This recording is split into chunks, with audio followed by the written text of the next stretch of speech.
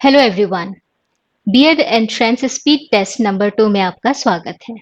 यहाँ आप सबके सामने 100 एमसीक्यूज आएंगे। इसमें से 30 एमसीक्यूज कॉमन है जो सभी बीएड एंट्रेंस की तैयारी कर रहे कैंडिडेट्स के लिए बेनिफिशियल है। सेक्शन ए में हमारे सामने जो क्वेश्चंस आएंगे वो टीचिंग एप्टीट्यूड, रीजनिंग और एजुकेशन से लिए गए हैं। सेक्शन बी के अंदर 70 एमसीक्यूज होंगे और ये वाला सेक्शन लैंग्वेज वाले कैंडिडेट्स के लिए बेनिफिशियल रहेगा। यहाँ पे क्वेश्चन संस्कृत भाषा, इंग्लिश लैंग्वेज और हिंदी भाषा से लिए गए हैं। क्योंकि ये एक मॉक टेस्ट है इसलिए आपका फोकस ज्यादा से ज्यादा क्वेश्चंस को अटेम्प्ट करने में और उनके सही आंसर फाइंड आउट करने के ऊपर होना चाहिए। आप अपने आंसर्स क्रॉस चेक कर सकें इसलिए क्वेश्चन के साथ साथ आपको सही आंसर्स भी बताए जाएंगे जो कि ऑफिशियल आंसर की के अकॉर्डिंगली होंगे। तो रेडी हो जाइए, पेन और पेपर के साथ अपने आंसर्स लिखते चलिए, उनकी मार्किंग करते चलिए और सेशन एंड होने के बाद अपने स्कोर्स कमेंट करके हमारे साथ जरूर शेयर कीजिएगा। और अगर आपको वीडियो अच्छा लगे तो लाइक करना मत भूलिएगा।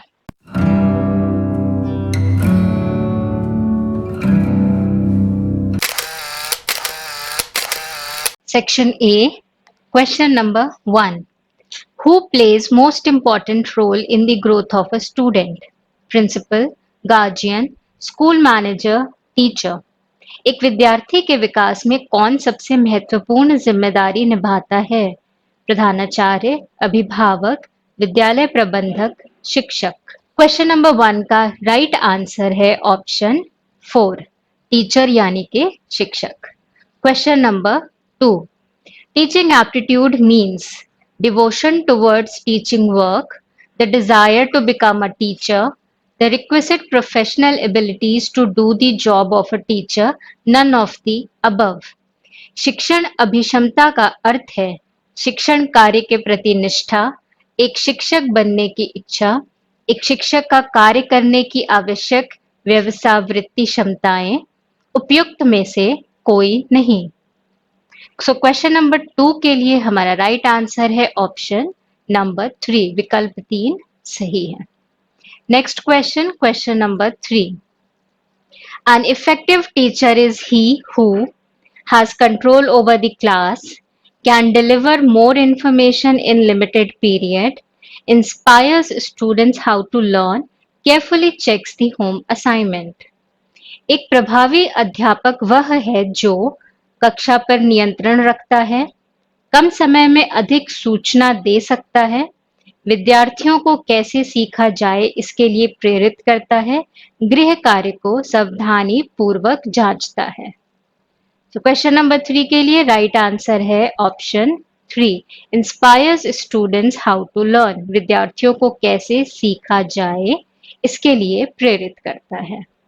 नेक्स्ट क्वेश्चन है question number 4. A child from a disorganized home will experience the greatest difficulty with well-structured lessons, independent study, programmed instruction, short answer tests. एक असंगठित परिवार का बच्चा सबसे अधिक कठिनाई अनुभव करेगा। विकल्प 1, सुव्यवस्थित पाठों में, स्वतंत्रता पूर्वक अध्ययन में, अभिक्रमित अनुदेशन में, लघु उत्तरीय परीक्षणों में। क्वेश्चन नंबर 4 के लिए सही विकल्प है ऑप्शन 2, इंडिपेंडेंट स्टडी या फिर स्वतंत्रता पूर्वक अध्ययन में। Question number 5. The main purpose of teaching is development of reasoning power, development of thinking power, both option 1 and option 2, giving information only. शिक्षण का प्रमुख लक्ष्य है तार्किक शक्ति का विकास करना, चिंतन शक्ति का विकास करना, दोनों विकल्प 1 और 2, केवल सूचना देना। तो प्रश्न संख्या 5 के लिए राइट आंसर है विकल्प 3, both 1 and 2. In a teacher dominated classroom, students usually become active learners, passive learners, competent learners, self-dependent learners. एक अध्यापक केंद्रित प्रधान कक्षा में विद्यार्थी प्रायः बन जाते हैं सक्रिय अधिगमकर्ता, निष्क्रिय अधिगमकर्ता, दक्ष अधिगमकर्ता या आत्मनिर्भर अधिगमकर्ता। क्वेश्चन नंबर 6 के लिए राइट आंसर है ऑप्शन 2, पैसिव लर्नर्स यानी कि निष्क्रिय अधिगमकर्ता। Question number 7, an effective method of learning a language is reading, listening, writing, reading, listening, writing and speaking। भाषा सीखने की एक प्रभावशाली विधि है पढ़ना, सुनना, लिखना, पढ़ना, सुनना, लिखना और बोलना। 7 के लिए राइट आंसर है ऑप्शन 4, विकल्प 4।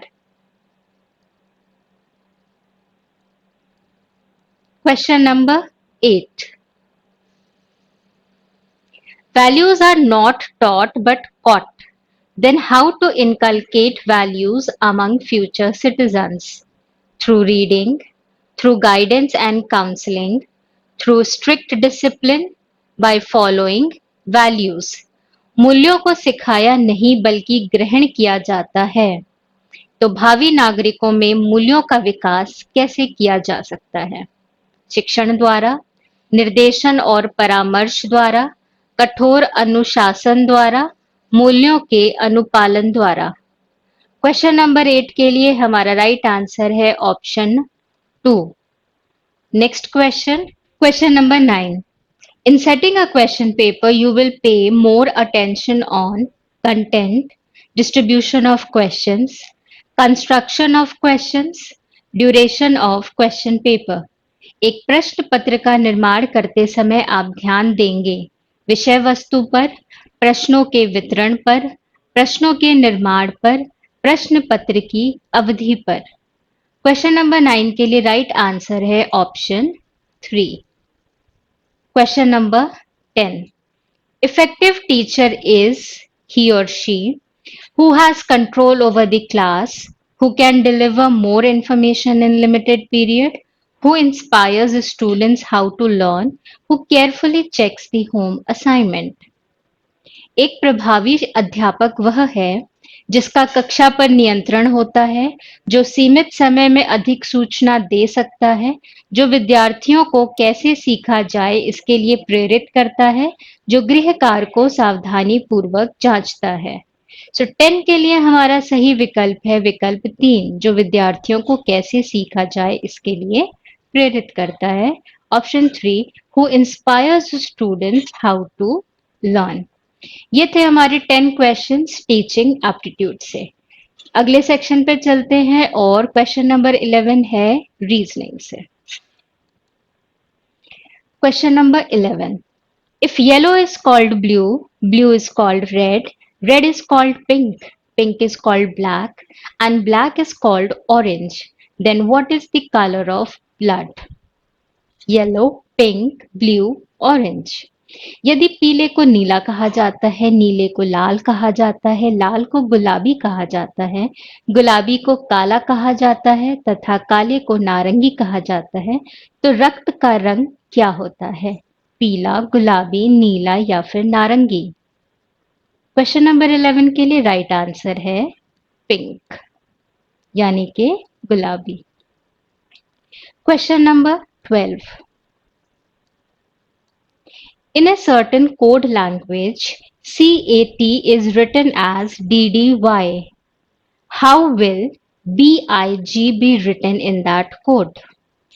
एक निश्चित सांकेतिक भाषा में CAT को DDY लिखा जाता है, उसी सांकेतिक भाषा में BIG को कैसे लिखा जाएगा?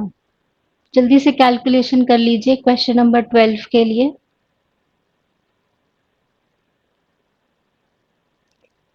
राइट आंसर है ऑप्शन 3, CLL। अगला question, question number 13, clock is to time, thermometer is to heat, radiation, energy, temperature. घड़ी समय के साथ उस तरीके से संबंधित है जैसे थर्मामीटर ऊष्मा के साथ, विकिरण के साथ, ऊर्जा के साथ या फिर तापक्रम के साथ। क्वेश्चन नंबर 13 के लिए सही आंसर है टेम्परेचर, तापक्रम। Question number 14. Gun is to billet, chimney is to ground, smoke, house, roof. Gun या बंदूक बुलेट से जिस प्रकार संबंधित है उसी तरह चिमनी संबंधित है जमीन, धुआं, घर या फिर छत से। 14 के लिए राइट आंसर है ऑप्शन 2 स्मोक यानी कि धुआं। Question number 15. Find the value of question mark CZFXIVLTO। Calculation कर लीजिए।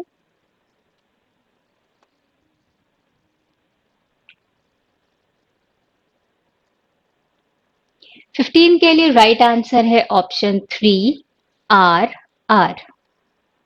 Next question, question 16. Choose the correct alternative 1, 4, 9, 16, 25। सही विकल्प चुनिए।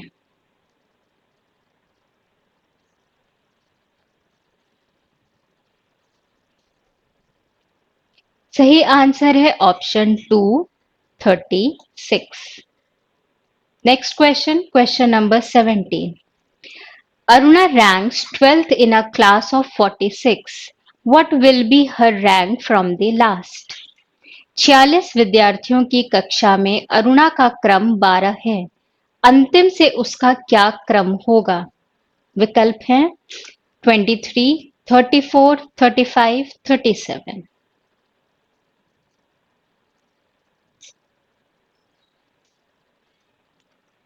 17 के लिए राइट आंसर है option 3 35। Next question, question number 18.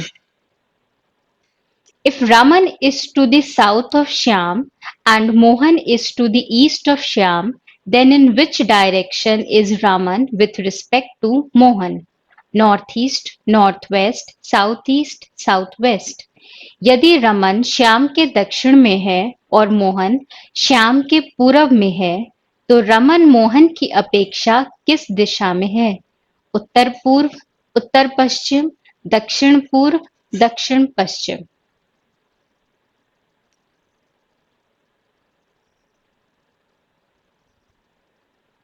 Eighteen के लिए सही आंसर है ऑप्शन 4 साउथ वेस्ट यानी कि दक्षिण पश्चिम। There are 6 persons A, B, C, D, E and F. C is the sister of F. B is the brother of E's husband. D is the father of A and grandfather of F. There are 2 fathers, 3 brothers and a mother in the group. Then answer question number 19 and 20. 6 व्यक्ति A, B, C, D, E और F हैं। C F की बहन है, B E के पति का भाई है, D A का पिता है और F का दादा है। समूह में 2 पिता, 3 भाई और 1 माँ है। तो प्रश्न 19 और 20 का उत्तर दें। Question number 19. Who is the mother? A, B, D, E. माता कौन है? क्वेश्चन नंबर 19 के लिए राइट आंसर है option 4 E. Question number 20. Who is E's husband? B, C, A, F. E का पति कौन है? क्वेश्चन नंबर 20 के लिए राइट आंसर है ऑप्शन 3 A. तो ये थे हमारे रीजनिंग के क्वेश्चंस। आगे बढ़ते हैं और एजुकेशन से रिलेटेड 10 क्वेश्चंस को अटेम्प्ट करते हैं। Question number 21. In which year Mahamana Malviya was awarded Bharat Ratna? 2014, 2015, 2016 या 2017? महामना मालवीय को किस वर्ष भारत रत्न दिया गया? 2014, 2015, 2016 या फिर 2017? 21 के लिए राइट आंसर है 2016। Question number 22. Who is related to 125th year of Chicago addresses? Swami Dayanand, Swami Vivekanand, Swami Yoganand, Swami Ramtirth. Chicago व्याख्यानों के 125वें वर्ष से कौन संबंधित है? स्वामी दयानंद, स्वामी विवेकानंद, स्वामी योगानंद, स्वामी रामतीर्थ। क्वेश्चन नंबर 22 के लिए सही आंसर है option 2, Swami Vivekananda. Question number 23, operation Indradhanush is related to immunization, LPG, poverty elimination, banking। Operation Indradhanush किससे संबंधित है? टीकाकरण, एलपीजी, गरीबी निवारण, बैंकिंग। क्वेश्चन नंबर 23 के लिए राइट आंसर है ऑप्शन 1, इम्यूनाइजेशन यानी कि टीकाकरण। अगला question, question number 24, which project is related to computer literacy? CAI, CLASS, window, CPU। कौन सी परियोजना संगणक साक्षरता से संबंधित है? CAI, CLASS, विंडो या फिर CPU। 24 के लिए राइट आंसर है option 2। Question number 25, which is recently launched online learning portal by MHRD in India? स्वयं, अभियान, वर्षा, मुक्स। भारत में MHRD द्वारा हाल में ही कौन सा ऑनलाइन अधिगम पोर्टल शुरू किया गया है? स्वयं, अभियान, वर्षा, मुक्स। क्वेश्चन नंबर 25 के लिए राइट आंसर है ऑप्शन 1, स्वयं। Question 26. When NCTE was established as a statutory body in India, 1992, 1993, 1994, 1995, Bharat में एक संवैधानिक निकाय के रूप में NCTE की स्थापना कब हुई? 1992, 93, 94 या फिर 95। 26 के लिए राइट ऑप्शन है option 2, 1993। Question number 27. Which one of the following bodies is responsible for assessment and accreditation of universities?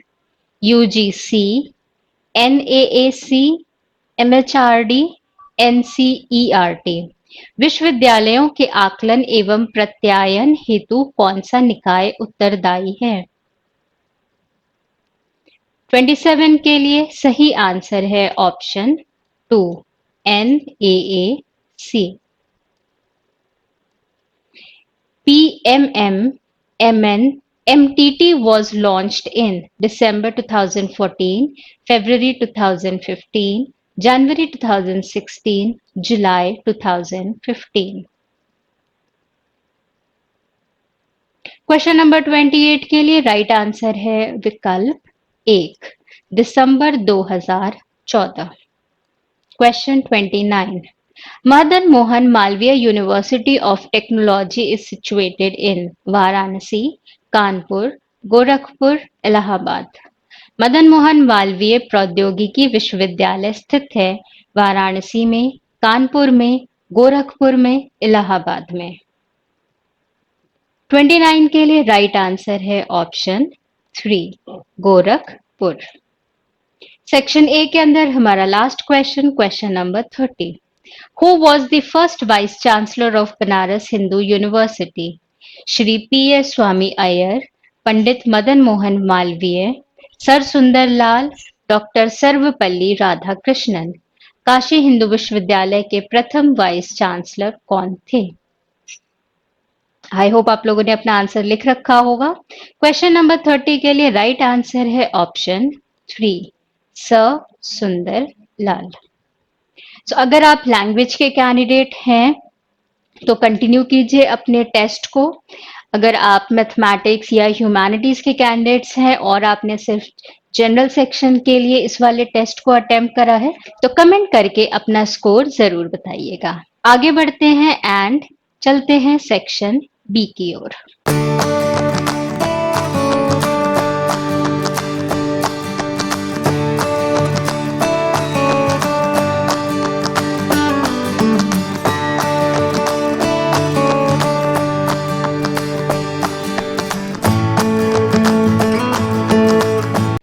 आइए दोस्तों, कंटिन्यूएशन में सेक्शन बी के अंदर चलते हैं। भाषा के प्रश्न हैं। सबसे पहले संस्कृत के प्रश्न आपको दिखाई दे रहे होंगे। प्रश्न संख्या 31 है। उसमें प्रश्न पूछा गया है आपसे, निम्नांकितेषु कः नास्ति नाट्यकारः। विकल्प हैं, पहला विशाख दत्तः, दूसरा माघः, तीसरा भवभूतिः और चौथा भाषः। इसका सही उत्तर जो होगा इसमें वो होगा माघः, यानी कि विकल्प संख्या 2 जो है वो सही उत्तर है। अगला प्रश्न देखते हैं। अगले प्रश्न में जो है हमारे सामने प्रश्न है, शिष्यः इत्यस्मिन् पदे कः प्रत्ययः। फर्स्ट ऑप्शन जो आपको पहला विकल्प दिख रहा है वो है उल, दूसरा खश, तीसरा क्यप और चौथा क्त। इसका जो सही उत्तर होगा 32 का वो होगा विकल्प संख्या 3, यानी कि क्यप प्रत्यय शिष्य पद के अंदर शामिल है। अगला प्रश्न देखते हैं। 33 नंबर का प्रश्न है, चोरभयम इत्यत्र कः समासः। पहला ऑप्शन है इसमें आपका अव्ययी भावः, दूसरा ऑप्शन है तत्पुरुषः, तीसरा द्वंद्वः, चौथा बहुव्रीहिः। समास के भेद दिए हुए हैं 4, इसमें से आपको बताना है कौन सा समास इसमें आएगा। तो 33 का जो सही उत्तर आएगा दोस्तों वो आएगा ऑप्शन संख्या 2, विकल्प संख्या 2, यानी कि तत्पुरुष समासः। अगला प्रश्न देखते हैं। 34 नंबर का प्रश्न है, देखिए, वयम क्रीणाम इत्यस्य अनुवादम कुरुत। पहला ऑप्शन दे रहा है इसमें हम खेलते हैं, दूसरा दे रहा है मैं खेलता हूं, तीसरा दे रहा है वह खेलता है और चौथा दे रहा है वे दोनों खेलते हैं। आपको पता होगा कि जब हम अहम व्यायाम अहम आवाम वयम ये रूप चलता है इसमें, अगर हम सर्वनामों की बात करें तो वयम लिखा हुआ है, यानी कि कहीं ना कहीं यहाँ पे हम सब की बात हो रही है। तो इसका जो सही उत्तर होगा पहला विकल्प होगा, हम खेलते हैं। जो फर्स्ट ऑप्शन है वो आपका करेक्ट हो जाएगा। अगला प्रश्न 35 संख्या देखिए, होत्री जमा ऋकारः इज बराबर होत्रिकारः इत्यत्र कः संधि है। इसमें कौन सी संधि है पूछा गया है। पहला विकल्प है गुण, दूसरा यण, तीसरा पररूप और चौथा दीर्घ। तो प्रश्न संख्या 35 का सही उत्तर जो होगा दीर्घ स्वर संधि, यानी कि दीर्घ संधि है इसके अंतर्गत। और इसके बाद आप देख सकते हैं इसमें री और री मिलके जो दीर्घ री है उस रूप में परिणत हो रहे हैं। 36 नंबर का प्रश्न है, हर्ष चरितस्य रचनाकारः कः अस्ति। हर्षचरित जो रचना है उसके रचनाकार कौन है। इसमें विकल्प आप देखिए, पहला विकल्प है सुबंधु, दूसरा है जयंत भट्ट, तीसरा है अंबिका दत्त व्यास और चौथा है बाण भट्ट। अब 36 नंबर का जो प्रश्न है इसका सही उत्तर आप लोग जल्दी से नोट करिए अपने पास, तब तक मैं आपको सही उत्तर बताता हूं। इसका सही उत्तर होगा दोस्तों ऑप्शन संख्या 4, यानी कि बाण भट्ट। हर्षचरित के जो रचनाकार हैं वो बाण भट्ट हैं। प्रश्न संख्या 37 पे चलते हैं। शुद्धम वाक्यम लिखत। कौन सा वाक्य जो शुद्ध रूप से लिखा गया है। पहला विकल्प है रामाह पठन्ति, दूसरा है रामाह पठति, तीसरा है रामाह पठामि, चौथा है रामाह पठाव। अब देखेंगे आप इसमें तो इसका जो सही उत्तर होगा, आप लिख चुके होंगे अपने पास, नोट कर चुके होंगे। इसका सही उत्तर क्या हो जाएगा, पहला विकल्प। क्यों हो जाएगा पहला विकल्प, क्योंकि रामाह जो है आपको पता होगा कि एक वचन द्विवचन बहुवचन का रूप चलता है यहाँ पे, और रामाह जो है वो बहुवचन में आएगा, तो निश्चित रूप से क्रियापद का भी बहुवचन यहाँ पे होगा। पठति, पठतः, पठन्ति। और यहाँ पे चूंकि अन्य पुरुष है इसलिए पहले ही में हम चल रहे हैं अन्य पुरुष के रूप में, पठति पठतः पठन्ति। और रामाह क्या हो जाएगा, बालकः बालको बालका, वैसे ही रामः रामो रामाह। तो पहला विकल्प सही है। अगले क्वेश्चन पे चलते हैं। थोड़ा सा विश्लेषण मैं आपको दे रहा हूँ, बहुत ज्यादा विश्लेषण नहीं दूंगा क्योंकि मॉक टेस्ट है ये और इसकी सूचना आपको पहले ही दे दी जा चुकी है। 38 क्वेश्चन देखिएगा। इकार वर्णस्य उच्चारण स्थानम वर्तते। अब इसमें पहला जो विकल्प है देखिए मूर्धा, दूसरा कंठ, तीसरा कंठ तालु और चौथा तालु। ये सीधे सीधे प्रश्न आपको समझ आ रहा होगा, हिंदी में भी आप लोग अटेम्प्ट करते हैं। ये व्यंजनों के उच्चारण स्थान के आधार पर आपसे पूछा जा रहा है, या जो स्वर ध्वनियां होती हैं उनके बारे में। तो 38 प्रश्न का जो सही उत्तर होगा दोस्तों वो होगा तालु। इसको आप तालव्य भी बोल सकते हैं, तालु व्यंजन भी बोल सकते हैं। 39 पे आते हैं। देखिए साहित्य का प्रश्न आ गया फिर से, लिटरेचर का, संस्कृत के। अभिज्ञान शाकुंतले कति अंकः सन्ति। अभिज्ञान शाकुंतलम जो एक तरीके से नाटक है, आप सबको पता होगा, कालिदास लिखित है ये। तो इसमें कितने अंक हैं ये पूछा गया है। आपका सही उत्तर 39 नंबर के प्रश्न का जो हो जाएगा वो क्या हो जाएगा, आप लोग नोट कर चुके होंगे, 7 अंक हैं, 7 अध्याय हैं। 40 नंबर के प्रश्न में चलते हैं दोस्तों, यानी कि इसका जो चौथा विकल्प है 39 का वो सही है। प्रश्न संख्या 40। प्रश्न संख्या 40 कहता है, वासांसि जीर्णानि यथा विहाय विहाय नवानि गृह्णाति नरोपराणि। ये श्लोक हमने जो है स्कूलों में सबने पढ़ा होगा। पूछा गया है इति कुत्र प्राप्यते। अब इसमें मतलब ये उस श्लोक जो है कहां से लिया गया है, कहां इसका उल्लेख किया गया है। पहला विकल्प है कठोपनिषदि, दूसरा विकल्प है आपका छांदोग्योपनिषदि, तीसरा है ईशोपनिषदि और चौथा है श्रीमद् भागवत गीतायाम। तो अब इसका सही उत्तर जो है आप सबको पता होना चाहिए, ये श्रीमद् भागवत गीतायाम इसका सही विकल्प होगा, यानी विकल्प संख्या 4 श्रीमद् भागवत गीता से लिया गया श्लोक है ये।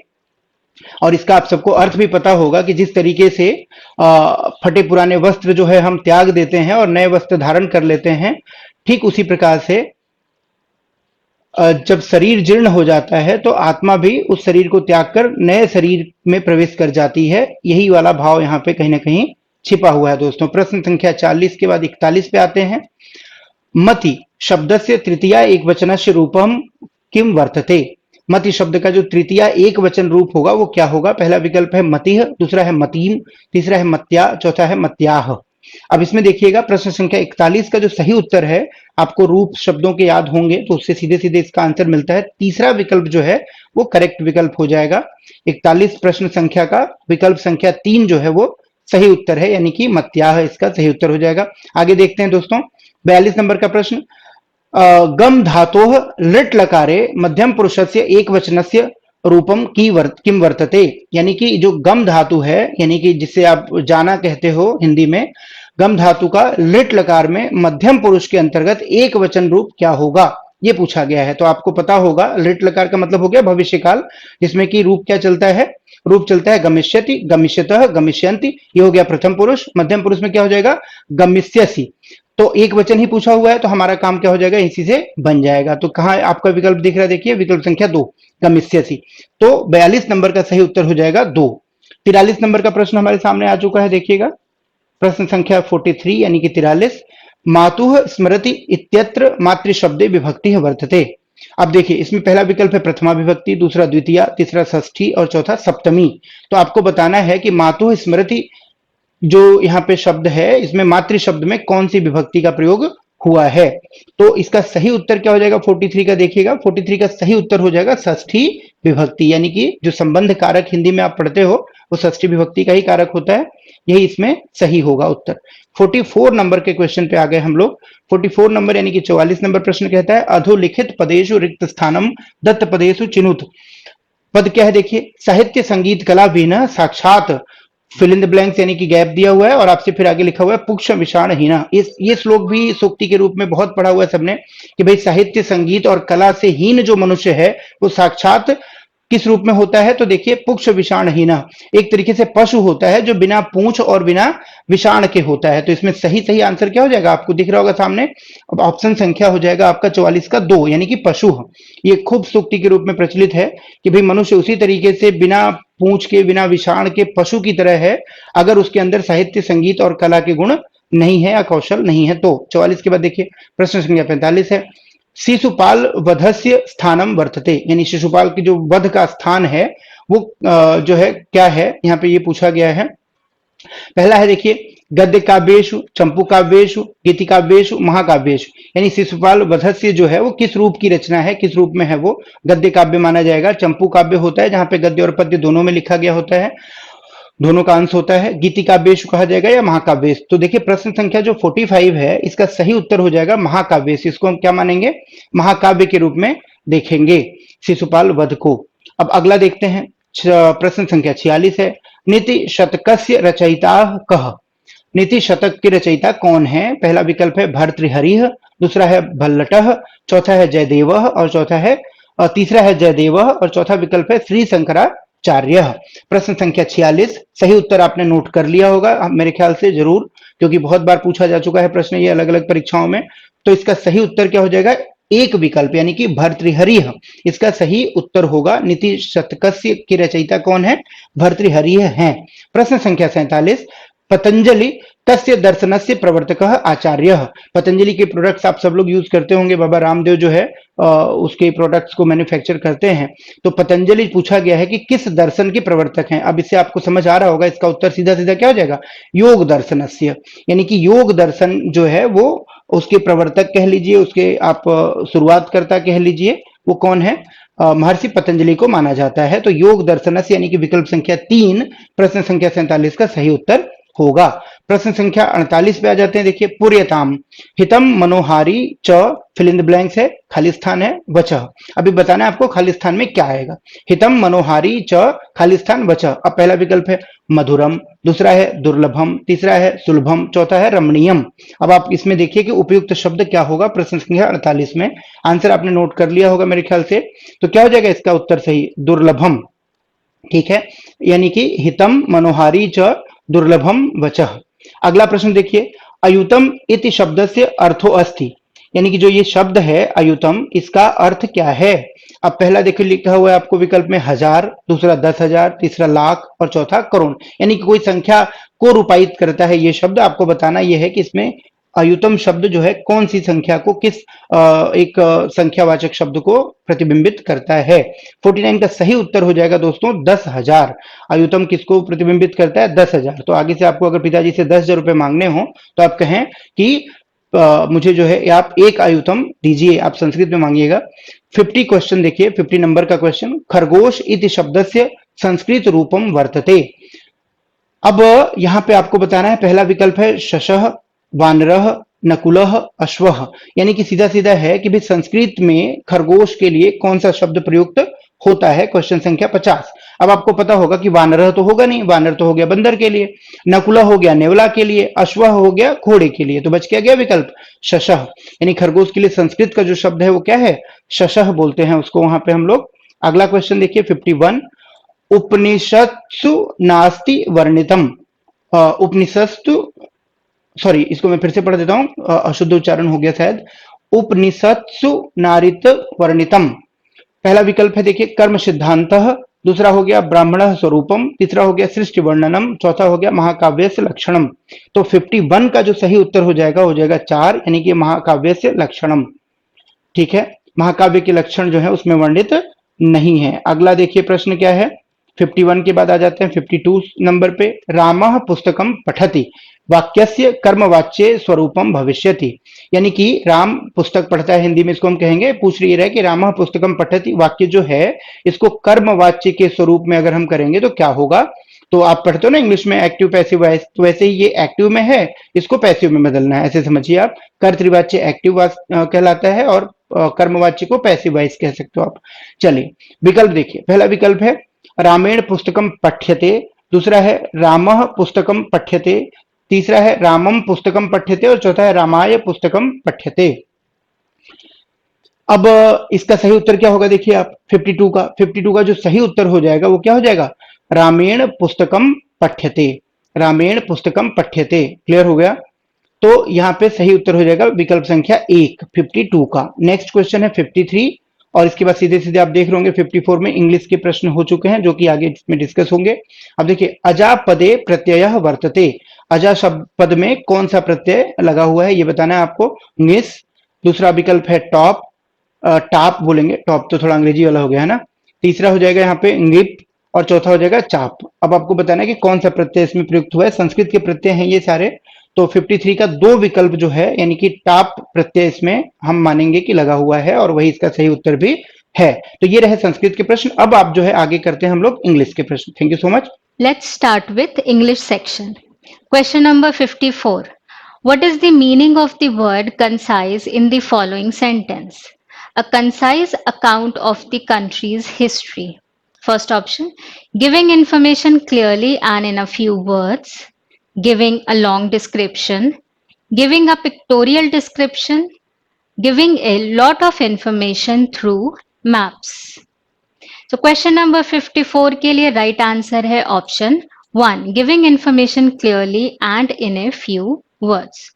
Question number 55, the word aptitude means, first option natural ability to do something, inability to do something, incompetence to do something, या फिर unwillingness to do something.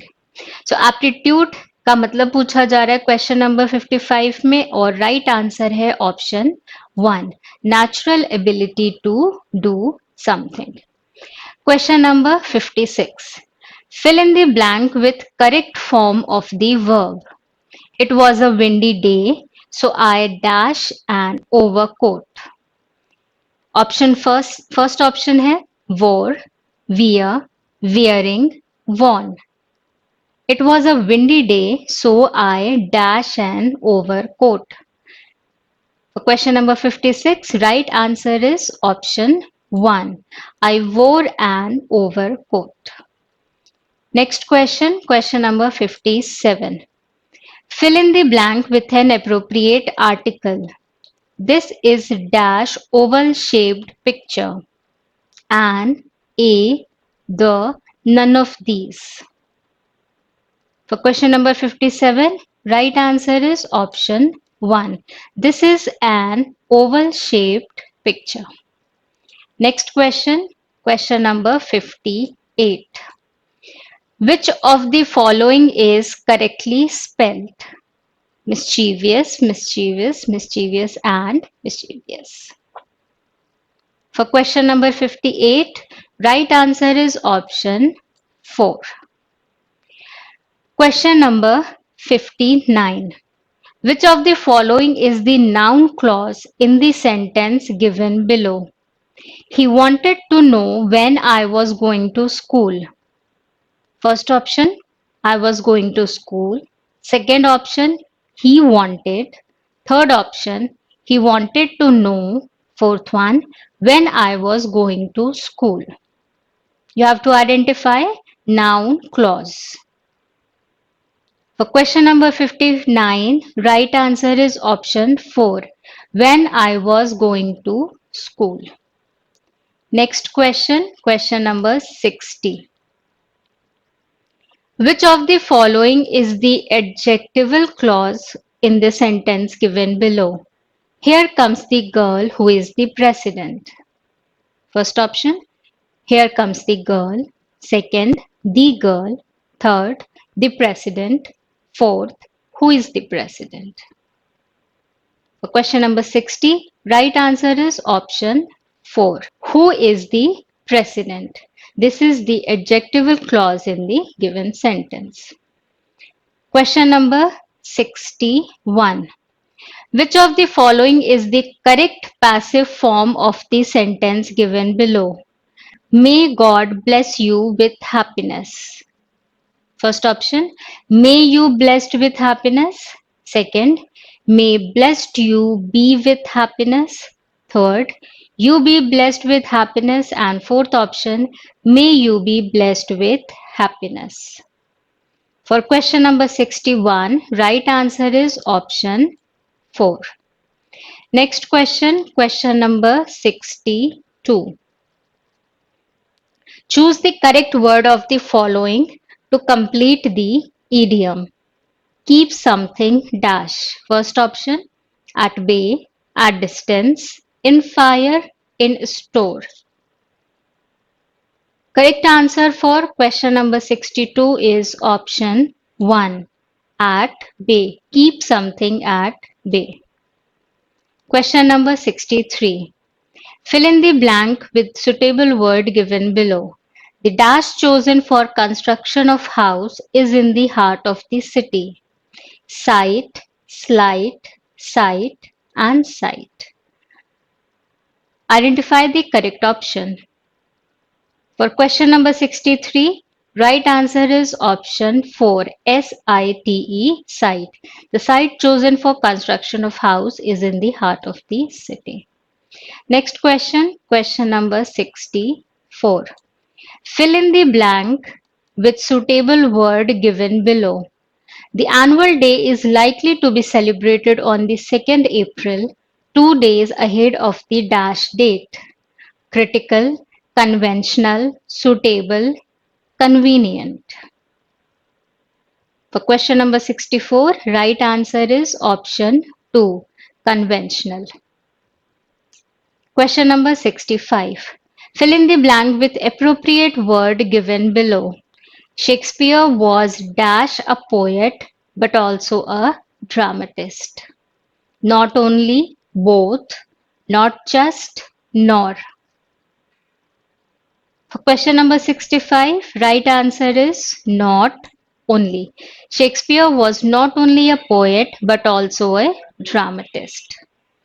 Next question, question number 66. Fill in the blank with appropriate word given below. After the argument with her friend, she made no dash remarks. Further remarks, father remarks, first remarks, fact remarks. Question number 66, right answer is option 1. Further. Question number 67. Fill in the blank with the antonym of the word underlined in the following sentence. The dash part of the film is more entertaining than the former part. First option, latter, later, letter, previous. For question number 67, right answer is option 1, latter. The latter part of the film is more entertaining than the former part. Question number 68. Which of the following is the synonym of the word lauded? First option, blame, compliment, criticize, complaint. For question number 68, right answer is option 2, compliment. Question number 69. Which of the following is the antonym of the word destined? Determined, assigned, obsolete, free. For question number 69, right answer is option 4, free. Question number 70. Fill in the blank in the sentence given below with appropriate phrasal verb. Stop complaining and dash with your work. Get on, get over, put on, show up. Question number 70. Right answer is option 1. Get on. Stop complaining and get on with your work. Next question, question number 71. Fill in the blanks with appropriate prepositions listed below on the basis of given quotes. To, on, of, from. Last year, Anita contributed dash a new cookery book. She wrote 5 chapters dash South Indian cuisine and art dash cutting apples. So here are the quotes. Find out the right option. Option 1, 2, 3 or 4. For 71, the right answer is option 1. Question number 72. Fill in the blanks with appropriate prepositions listed below on the basis of given quotes. On, in, from, about. She delivered a lecture dash folk art and also got involved dash an experimental painting group.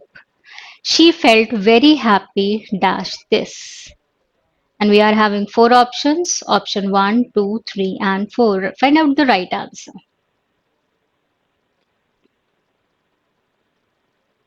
For question number 72, right answer is option 4. Question number 73. Fill in the blank with suitable adjective phrase given below. The minister was a man dash in great wealth, of great wealth, with great wealth, about great wealth. Right answer for question number 73 is option 2. The minister was a man of great wealth. Question number 74. Which of the following is the correct assertive transformation of the exclamatory sentence given below? If only I were young again. Option 1. I wish I shall be young again. Option 2. Again I wish to be young. Option 3. Young again is the wish. Option 4. I wish I were young again. For question number 74, right answer is option 4. I wish I were young again. Question number 75. Which of the following is the correct transformation into compound sentence of the simple sentence given below? Notwithstanding his hard work, he did not succeed. First option, he did not succeed. Second option, he did not succeed for his hard work. Option 3, notwithstanding success, he worked hard. He worked hard yet did not succeed. For question number 75, right answer is option 4. He worked hard yet did not succeed. Question number 76. Which of the following is the correct sentence in indirect speech of the sentence given below in direct speech? Direct speech. He said to him, "Isn't your name Shivam?" First option. He asked him whether his name was not Shivam. He asked, "Is his name Shivam?" He inquired about Shivam's name. He asked Shivam about his name. So for question number 76, right answer is option 1. He asked him whether his name was not Shivam. So these are the questions from English section. आगे बढ़ते हैं और चलते हैं हमारे language के last segment Hindi भाषा के अंदर. सो हिंदी भाषा क्वेश्चन नंबर 77. हिंदी की सबसे अधिक बोले जाने वाली बोली है अवधी, ब्रज, भोजपुरी, मैथिली. क्वेश्चन नंबर 77 के लिए राइट आंसर है ऑप्शन 3. 78. श्वेत का विलोम क्या है? पीत, हरित, नील, श्याम. 78 के लिए राइट आंसर है ऑप्शन. Question number 79. सर्वोदय में संधि है यण, गुण, अयादि, दीर्घ. क्वेश्चन नंबर 79 के लिए राइट आंसर है ऑप्शन 2, गुण.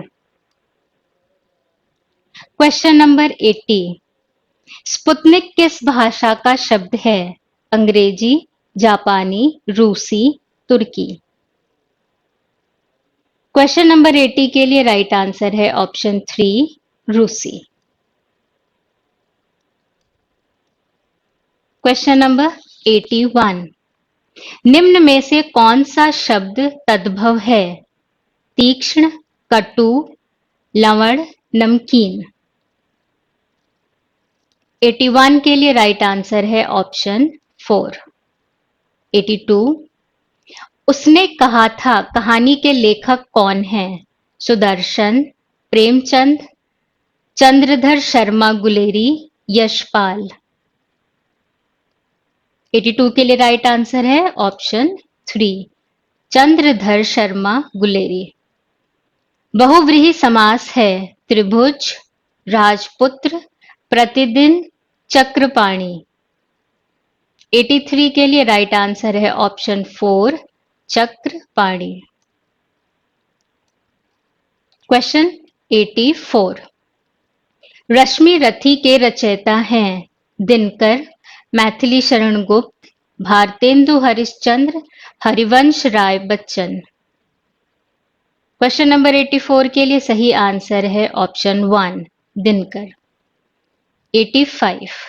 संयुक्त व्यंजन है ह, श, ज्ञ, ण. For question number 85, right option is option 3, ज्ञ. 86. क का उच्चारण स्थान क्या है? तालु, कंठ, दंत, ओष्ठ. 86 के लिए सही विकल्प है सेकंड, कंठ. उत्साह किस रस का स्थायी भाव है? रौद्र रस, अद्भुत रस, वीर रस, विभत्स रस. Question number 87. Right answer is option 3, वीर रस. Question number 88. कालिंदी कुल कदम्ब की डारन में अलंकार है श्लेष, उपमा, अनुप्रास, रूपक.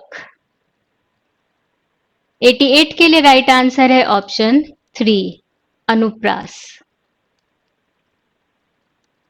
Question number 89. किस शब्द में उपसर्ग का प्रयोग नहीं हुआ है?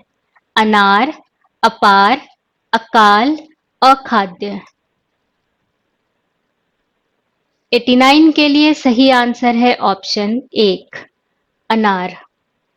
क्वेश्चन नंबर 90, चयनिका में प्रयुक्त प्रत्यय है का, आ, अका, इका।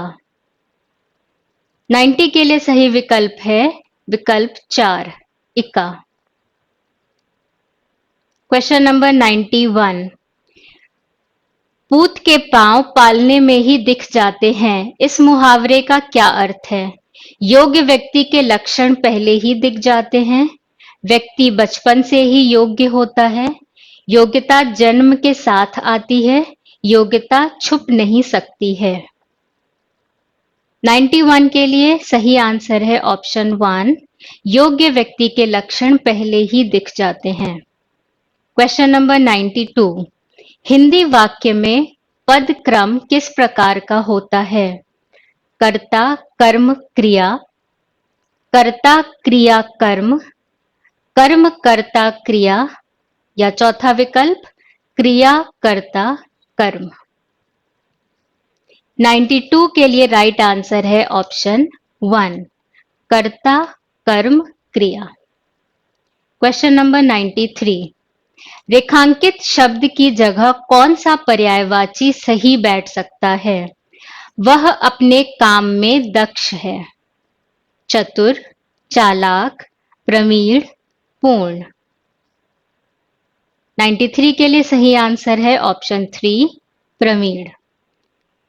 क्वेश्चन नंबर 94, निम्नलिखित में से कौन सा शब्द श्रृंखला में नहीं है? तड़ित, यामिनी, चपला, चंचला। 94 के लिए राइट आंसर है ऑप्शन 2, यामिनी। क्वेश्चन नंबर 95, उत्थान के लिए श्रम करना पड़ता है, डैश अपने आप हो जाता है, इस वाक्य में रिक्त स्थान पर कौन सा शब्द उपयुक्त होगा? ह्रास, ध्वंस, विनाश, पतन। 95 के लिए सही आंसर है ऑप्शन 4, पतन। क्वेश्चन नंबर 96, जो किसी नियम का पालन न करे उसके लिए उपयुक्त शब्द है अभद्र, मूर्ख, अनुशासनहीन, दुष्ट। 96 के लिए सही आंसर है ऑप्शन 3, अनुशासनहीन। क्वेश्चन नंबर 97, निम्नलिखित में से कौन सा गुण बोलने की एक योग्यता है?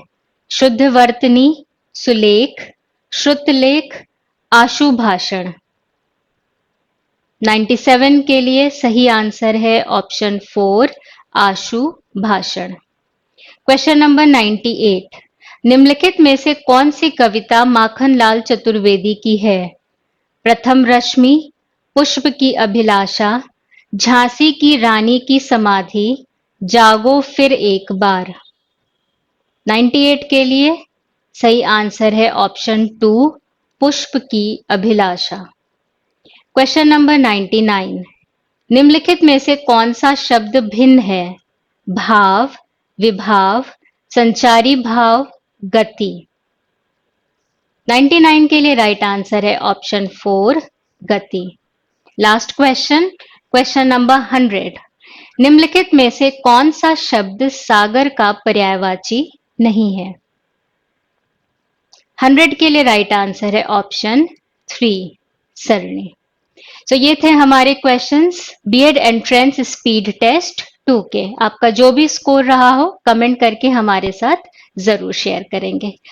टेक केयर, ध्यान रखेंगे अपना और इसी तरीके से जुड़े रहेंगे सीजीएस कोचिंग के यूट्यूब चैनल पे। अगर आपको क्लास अच्छी लगी हो, अगर आपको टेस्ट अच्छा लगा हो तो लाइक करके वीडियो की इंपॉर्टेंस बढ़ाएंगे, और अगर आप इसको अपने दोस्तों के साथ शेयर करना चाहेंगे तो शेयर का बटन भी इस्तेमाल कर सकते हैं।